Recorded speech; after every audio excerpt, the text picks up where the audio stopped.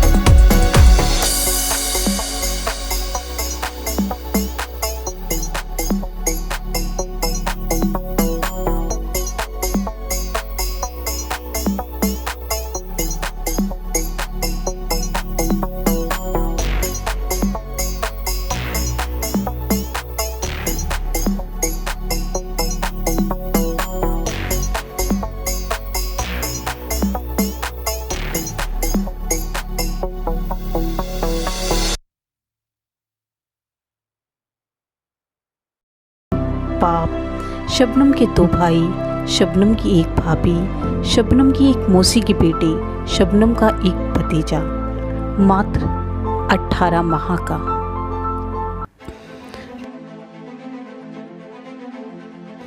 दरअसल जिंदा बचने वालों में केवल शबनम ही नहीं थी, कोई और भी उसके परिवार में था जिसे एक खरोच तक नहीं लगी, और वो था उसके पेट में 2 महीने का बच्चा।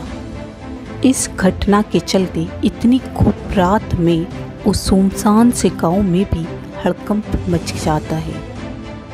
आसपास के गांव से भी भीड़ इकट्ठी हो जाती है। मीडिया से लेकर पुलिस, नेता सब पहुंच जाते हैं। इकट्ठा हुए लोगों के बीच आपस में खुसुर फुसुर होने लगती है, लेकिन इन सभी बातों में, कानाफूसियों में अनुमान की मात्रा ज़्यादा और सच की कम, बहुत कम रहती है, क्योंकि कोई नहीं जानता कि ये सब क्यों हुआ। कई लोग तो अब तक ये भी सही से नहीं जान पाते कि क्या हुआ। जानते हैं तो बस इतना कि कुछ बुरा हुआ, ऐसा जो इस गाँव में हमेशा के लिए बदल कर रख देगा।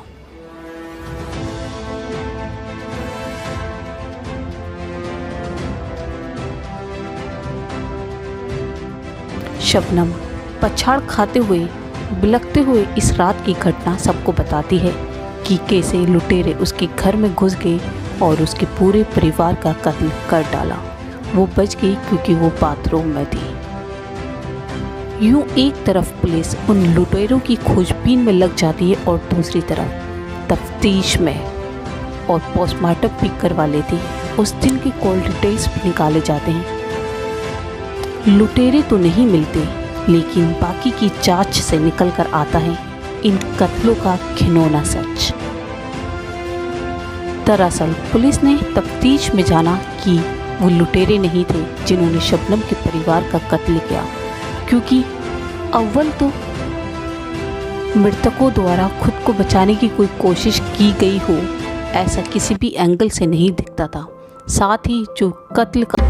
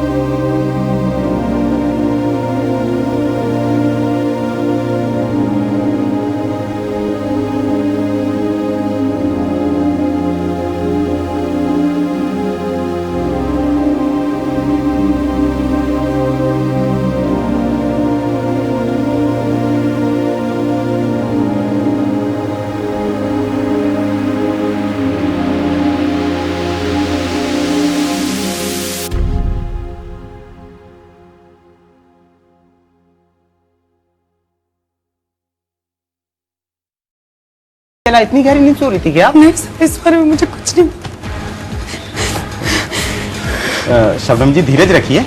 लेकिन शबनम जी मैं ये जानना चाहूँगा, आपको किसी के ऊपर शक? एक गाँव का कोई है। एक ऐसी कहानी जो शबनम द्वारा पहले बताई गई लुटेरों की कहानी से ज़्यादा यकीन करने वाली थी, लेकिन ज़्यादा सच थी। वो कहते हैं ना कि सच कई बार कल्पना से ज़्यादा अविश्वसनीय होता है। दरअसल इस अविश्वसनीय कहानी की शुरुआत होती है शबनम और सलीम के बीच बेइंतहा प्रेम से, लेकिन दोनों के परिवारों को, खास तौर पर शबनम के परिवार को ये रिश्ता कतई मंजूर ना था।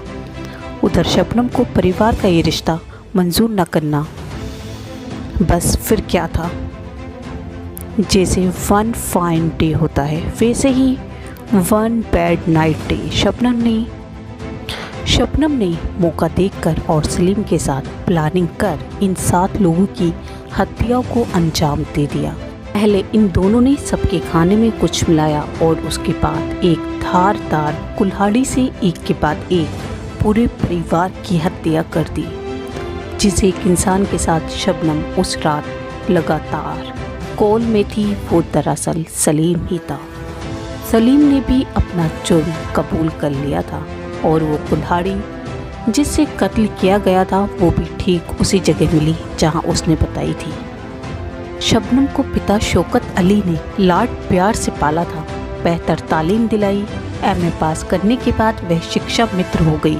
इस दौरान शबनम का प्रेम प्रसंग गांव के ही 8वीं पास युवक सलीम से शुरू हो गया। दोनों प्यार में इतना आगे बढ़ गई कि उन्होंने सामाजिक ताना बाना छिन भिन्न कर दिया। दोनों शादी करना चाहते थे, लेकिन शबनम सैफी तो सलीम पठान बिरादरी से था, लिहाजा शबनम के परिवारजनों को यह मंजूर नहीं था। परिवार के खिलाफ जाकर दोनों रात को चोरी छिपे मिलने लगी। शबनम रात को प्रेमी सलीम को घर बुलाने लगी। इसके लिए वह परिवारजनों को खाने में नींद की गोलियां देती थी। इश्क को परवान न चढ़ता देख दोनों ने ऐसा फैसला लिया जिससे देश को हिलाकर रख दिया।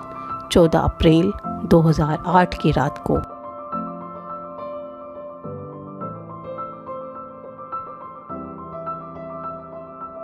ने प्रेमी सलीम को घर बुलाया। इससे पहले उसने परिवारजनों को खाने में नींद की गोली मिलाकर सुला दिया। उस दिन शबनम की फुफेरी बहन राबिया भी उनके घर आई हुई थी।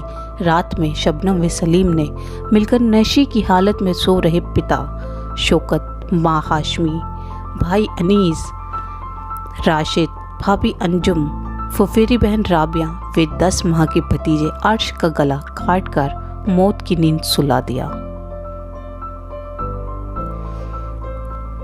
घटना को अंजाम देकर सलीम तो वहां से भाग गया, लेकिन शबनम रात भर घर में ही रही। तड़के में उसने शोर मचा दिया कि बदमाश आ गए। शोर सुनकर गांव के लोग मौके पर पहुंचे और वहां का नज़ारा देख पैरों तले जमीन खिसक गई।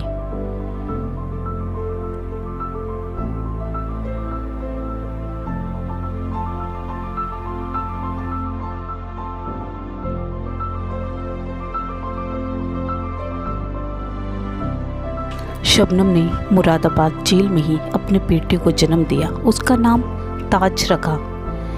जेल में साथ रखने के साथ ही उसकी बहुत अच्छे से देखभाल करती थी। 7 साल की उम्र होने पर शबनम ने एक दोस्त ने उसे गोद दे दिया, जो आज भी उसकी देखभाल कर रहा है। 7 साल शबनम के साथ ही जेल में पला बड़ा, लेकिन फिर भी उसे आज तक शबनम और उस रात के बारे में कुछ भी नहीं पता। शबनम की लड़की की परवरिश के लिए एक अच्छा परिवार मिलना उसके द्वारा किए गए एक अच्छे कर्म का ही फल कहा जा सकता है। दरअसल जिस पत्रकार की हम बात कर रहे हैं, उसके पास जब ट्यूशन फीस के पैसे नहीं होते थे तो शबनम ने कई बार उसकी मदद की थी।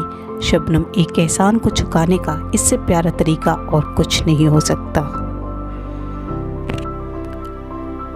जो बुलंदशहर में पत्रकार हैं ने बताया कि शबनम ने बेटी को सौंपने से पहले उनके सामने 2 शर्तें रखी थी कि उसकी बेटी को कभी भी उसके गांव में न ले जाया जाए, क्योंकि वहां उसकी जान को खतरा है, और दूसरी शर्त यह थी कि उसकी बेटी का नाम बदल दिया जाए। उन्होंने बताया कि उन दिनों वह पैसे, स्वास्थ्य और पढ़ाई के मामले में कमज़ोर थे और शबनम ने मेरी मदद की थी और उसने मेरी कॉलेज फ़ीस भी भरी थी।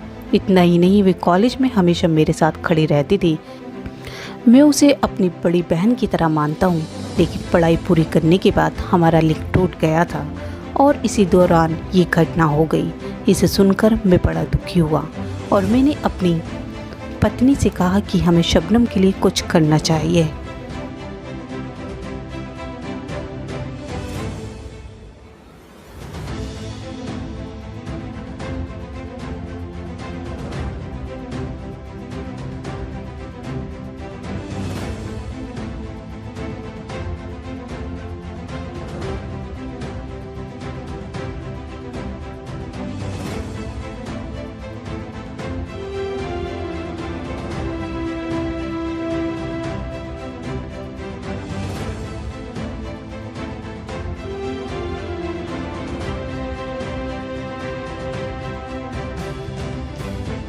वो डरते हैं लोग, उसी वजह से डर रहे हैं कि हाँ ये शबनम ने कांड कर दिया, कोई और आगे शबनम ना बने। आजाद भारत की फांसी लगने वाली पहली महिला हो सकती है शबनम। जी हाँ, फांसी लगना तो तय है, लेकिन ये तय नहीं हुआ कि उसे कब फांसी लगेगी। देखते रहिए द प्योर लाइव्स। अब तक के लिए सिर्फ इतना ही। चैनल को लाइक और सब्सक्राइब करना ना भूलें।